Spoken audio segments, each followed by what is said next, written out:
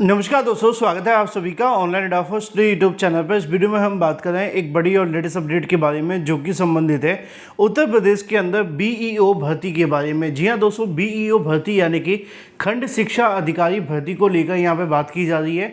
BEO की full form होती है ब्लॉक एजुकेशन ऑफिसर के बारे में, और ये एकमात्र ऐसी भर्ती है जिसके लिए अगर बात की जाए तो लाखों की संख्या में जो अभ्यर्थी हैं वो इंतजार करते हैं। लेकिन अगर बात की जाए इस भर्ती को लेकर, और एकमात्र ऐसी भर्ती आपके लिए निकल कर आती है जिसमें आप शिक्षा विभाग के सबसे बड़े पद पे जा सकते हैं जब आप बीएड करके होते हैं तो, क्योंकि बीएड करने के बाद इससे बड़ी कोई भर्ती नहीं होती आपके लिए अगर हम बात करें बीएड की योग्यता के अनुसार तो। और ऐसे में इस भर्ती को लेकर जानकारी आप सभी के सामने निकल कर आ गई है। खंड शिक्षा अधिकारी भर्ती को लेकर डिटेल में बात करेंगे। चैनल को सब्सक्राइब करके बेल आइकन को दबा लें, वीडियो को लाइक कर दें, जिससे कि आपको रियल ऑथेंटिक जानकारी ऑनलाइन एडाफो स्टडी यूट्यूब चैनल के माध्यम से मिलती रहे। क्योंकि खंड शिक्षा अधिकारी भर्ती नहीं है, एक इमोशन है, इमोशन। दोस्तों, यूपीएससी पीईटी 2025 को लेकर नोटिफिकेशन जारी कर दिया गया है, और इस बार पीईटी आप सभी के लिए खास है। खास इसलिए है क्योंकि आपको हर साल पीईटी देना पड़ता था। सरकार ने एक बड़ा बदलाव कर दिया। अब आपको एक साल अगर टीईटी आप पास कर लेंगे तो वो आपको 3 साल के लिए वैलिड रहेगा। अब पीईटी के अंदर कंपटीशन और ज़्यादा बढ़ जाएगा, क्योंकि यहाँ पर बड़ी संख्या में अभ्यर्थी आवेदन करेंगे, जैसे कि तीन बार के लिए आप सभी का पीईटी लागू हो जाए। इसके लिए अब आपको और ज़्यादा मेहनत करनी होगी, और आपकी मेहनत को पूरे तरीके से सफलता की ओर ले जाने वाली आपके पास होनी चाहिए एक बेस्ट बुक, जो कि है चक्षु प्रकाशन की। बहुत सारे अभ्यर्थी मुझसे पूछ रहे थे कि सर हम कौन सी बुक परचेस करें, बहुत ज़्यादा कंफ्यूज हैं। ये बुक मैंने आप सभी के लिए ढूंढ करके निकाली है, जो कि मेरे स्तर से आप सभी के लिए सबसे बेहतरीन है, और निश्चित तौर पे अगर आप इसके साथ प्रिपरेशन करते हैं तो आपका पीईटी 100% क्लियर हो जाएगा अच्छे परसेंटाइल के साथ। क्योंकि ये बुक आप सभी को 100% सिलेबस के आधार पर मिलती है। 2200 से ज्यादा क्वेश्चंस मिलते हैं, 4 सॉल्व पेपर आप सभी के सामने हैं, सभी क्वेश्चंस की सटीक सही उत्तर माला आप सभी को दी जाती है व्याख्यात्मक हल के साथ, जैसा कि आप सभी स्क्रीन पर देख सकते हैं।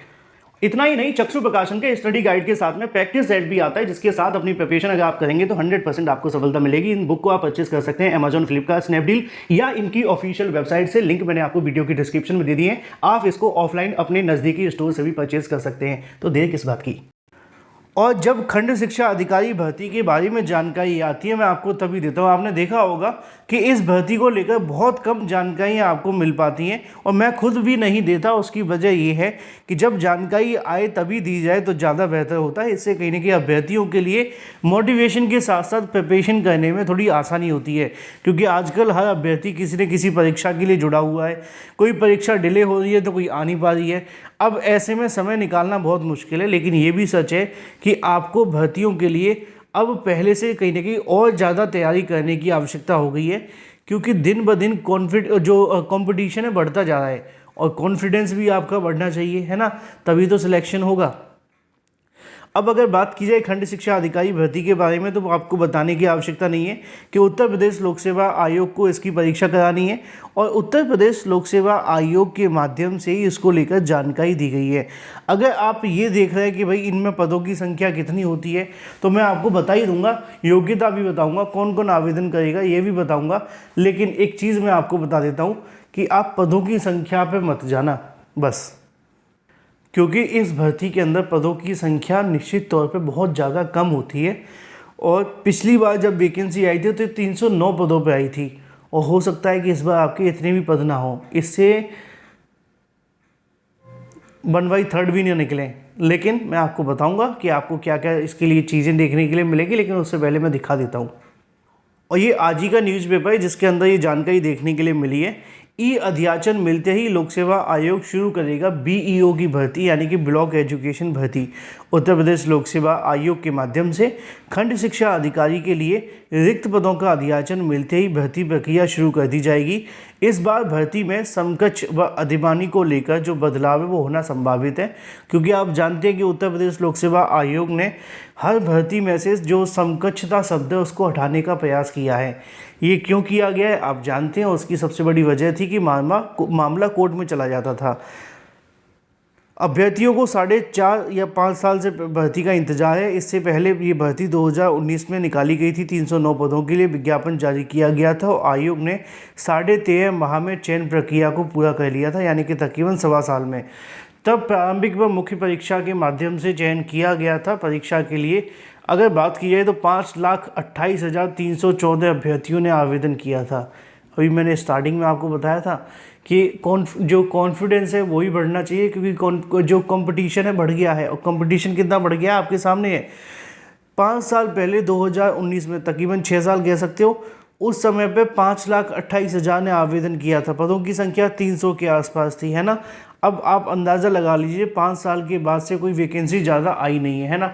अगर हर साल 1 लाख बीएड करने वाले अभ्यर्थी तैयार हो जाते हैं तो आप अंदाज़ा लगा करके देखेंगे कि तकरीबन 5 लाख तो सीधे सीधे हो गए, और जो पुराने में से 3-4 लाख अगर बच भी जाते हैं ओवर एज होने से, तो वो कंपटीशन जो आपका होगा वो तकरीबन 8-9 लाख पे चला जाएगा। और पदों की संख्या 100-125 पद निकलेंगे ज़्यादा से ज़्यादा, टू बी वेरी ऑनेस्ट। मैं नहीं कहूँगा कि 300-400 पद आएंगे, कुछ लोग कहते हैं 300 पद आएंगे, 400 पद आएंगे। 100 पद आ जाएं बहुत बड़ी बात है, ठीक है ना। अगर 100 पद आ जाना इस वैकेंसी के अंदर तो मान लेना कि आपने गंगा नहा लिया। आगे लिखा हुआ है कि इस बार आवेदन करने वाले अभ्यर्थियों की संख्या बढ़ सकती है। आयोग ने साल 2024 की परीक्षा कैलेंडर में ये उल्लेख किया था कि खंड शिक्षा अधिकारी पदों पर समकक्ष आधार निर्धारित होने के बाद विज्ञापन तिथि घोषित कर दी जाएगी और परीक्षा तिथि भी घोषित कर दी जाएगी। ऐसे में नई भर्ती में समकक्षता और उसके संबंधी जो बदलाव कर दिए जाएंगे। पिछली भर्ती में अनिवार्य आधार में कहीं ना कहीं भारत में विधि द्वारा स्थापित किसी विश्वविद्यालय से शिक्षा शास्त्र में स्नातक या इसके समकक्ष जो भी कहीं ना कहीं योग्यता होती है वो लिखा हुआ था, लेकिन इस बार इसको बदल करके लिख दिया जाएगा कि आपके पास में बीएड होना चाहिए, बस बात खत्म।